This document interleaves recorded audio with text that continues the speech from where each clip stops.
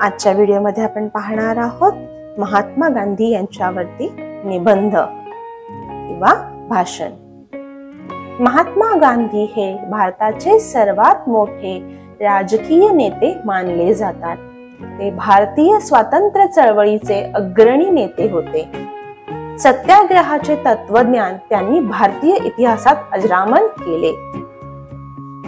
महात्मा गांधीजींचे व्यक्तिमत्व उत्तुंग होते। सत्य व अहिंसा या दोन आयुधांनी त्यांनी वाईट व दुष्ट प्रवृत्तीचा सामना केला। सर्व जगामध्ये त्यांना महात्मा असे संबोधले जाते व भारतात त्यांना राष्ट्रपिता असे संबोधले जाते। महात्मा गांधींचा जन्म 2 ऑक्टोबर 1869 रोजी काठेवाड मधील पोरबंदर येथे झाला।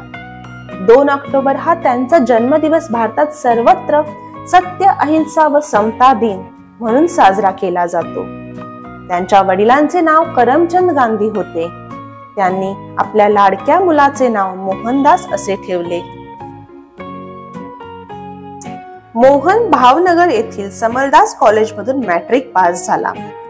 18व्या वर्षी गांधी लंडनला कायद्याचा अभ्यास करून बॅरिस्टर होण्यासाठी गेले। इंग्लंडमध्ये असताना त्यांनी भगवद्गीता, हिंदू, बौद्ध, मुसलमान, ख्रिश्चन व इतर धर्मांवरच्या ग्रंथांचा अभ्यास केला। इंग्लंडमध्ये त्यांनी कायद्याचे शिक्षण पूर्ण करून BA लॉ पदवी मिळवली। मोहनदास करमचंद गांधी इंग्लंडहून बॅरिस्टर गांधी म्हणून 1891 मध्ये भारतात परतले। गांधीजींनी इंडियन नॅशनल काँग्रेसमध्ये गोपाळकृष्ण गोखलेंना गुरु मानून प्रवेश केला। ब्रिटिश सरकारने लंडन येथे चर्चा करविण्यासाठी गोलमेज परिषद घेण्याचे ठरविले। गोलमेज परिषदेस ते मुसलमान व अस्पृश्यांचे नेते म्हणून गेले। लंडन येथे गांधीजींनी आपला वेश, अंगावर खादीचा पंचा व हातात काठी असाच ठेवला।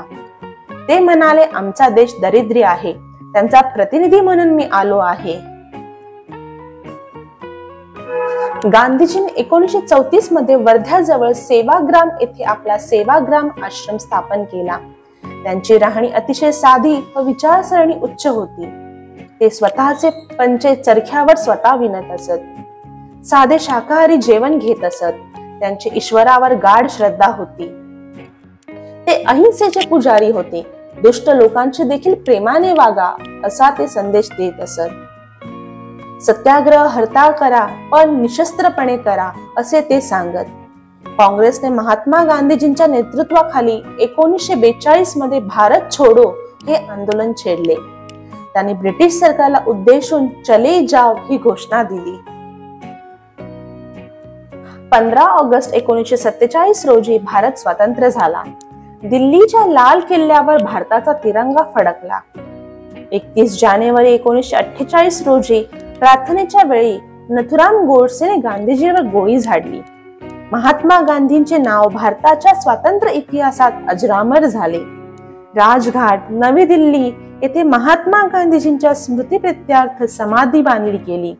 त्या समाधीवर हे राम हे शब्द कोरले गेले।